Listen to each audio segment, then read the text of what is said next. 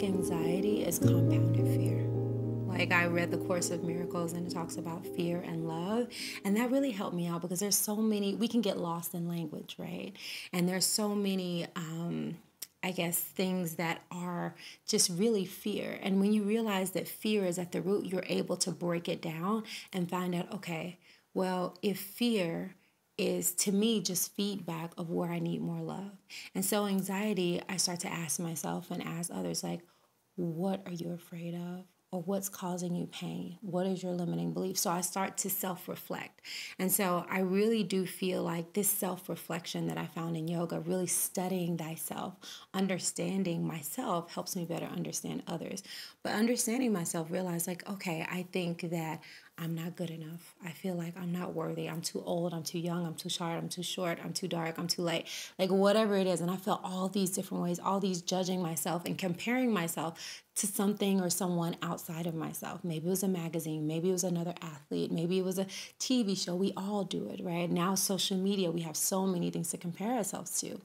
Well, when we're doing that, it's beautiful to be inspired. But once we start comparing ourselves and thinking less about ourselves, if we don't hit some standard, then that's fear.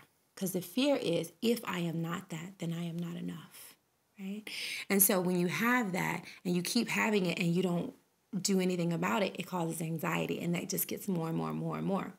What I've learned in yoga quite recently, breath work, is the more you bring spirit in the body with the breath, breathing, you start to calm down that anxiety. You start to calm down that fear. And then you start, some people have therapy, some people sharing circles, some people do tapping. There's so many ways. And I tell people, pick a tool out of the toolbox and find which one really helps you deal with your compounded fear and anxiety and frustration and disappointment, because that's going to be the thing for you. But at the end of the day, fear, anxiety, depression, it is just feedback that we need more love somewhere in our life.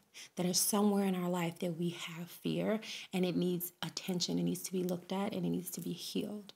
And so I feel like learning that helps me when it comes up for me or when I see it in someone else to have compassion for myself and not be like judging.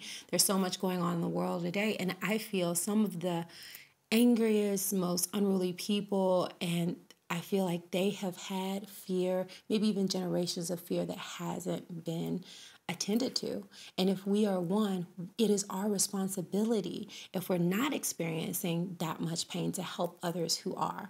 And so myself as a teacher, I want to use my story, my life, my book to help others use the tools that I've used to help them heal and to return to a space of